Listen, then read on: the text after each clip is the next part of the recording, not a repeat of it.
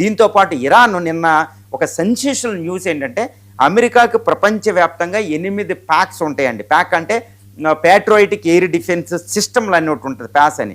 ఈ air defence సిస్టమ్లు 8 ఉంటే ఒకటి జోర్డాన్ దగ్గర మోహరించింది, వెస్ట్ ఏషియాలో ఉంటుంది అది ఖచ్చితంగా.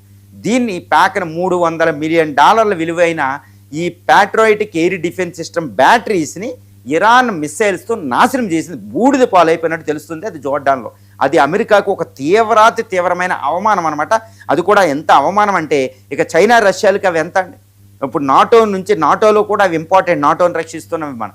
వీటికి అవమానం జరిగింది అంటే ఏంటి, అమెరికా ఎయిర్ డిఫెన్స్ సిస్టమ్ అయిన ప్యాక్స్ను కూడా పేల్చేయచ్చు. అది కూడా ఇరాన్ చేతిలో నాశనం అయిపోవడం అమెరికాకి ఇది బిగ్గెస్ట్ హ్యూమిలియేషన్ అనమాట. ఈ విధంగా ఇరాన్ అనేది ఎక్కడ తగ్గడంలో వందలాది డ్రోన్లు చేస్తూనే ఉందన్నమాట.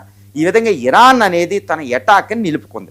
ఇదంతా ఒక పక్షాన ఉంటే ఇప్పుడు అమెరికా అధ్యక్షుడు గత 24 గంటలు ఒకటే మాట్లాడాడు, మీరు ఎట్టి పరిస్థితుల్లో అన్కండిషనల్గా సరెండర్ అవ్వండి. మీకు ఒక బిగ్గెస్ట్ ఏది ఈ ఇజ్రాయెల్ మిగిలిన గల్ఫ్ కంట్రీస్కి అపాలజీ క్షమించడం అనేది అంటే 3000 సంవత్సరాల చరిత్రలో ఈ దేశాలకి ఇరాన్ ఎప్పుడు కూడా సారీ చెప్పలేదు. అంటే పర్షియన్ ఎంపైర్ నన్ను గుర్తించినట్టుంది.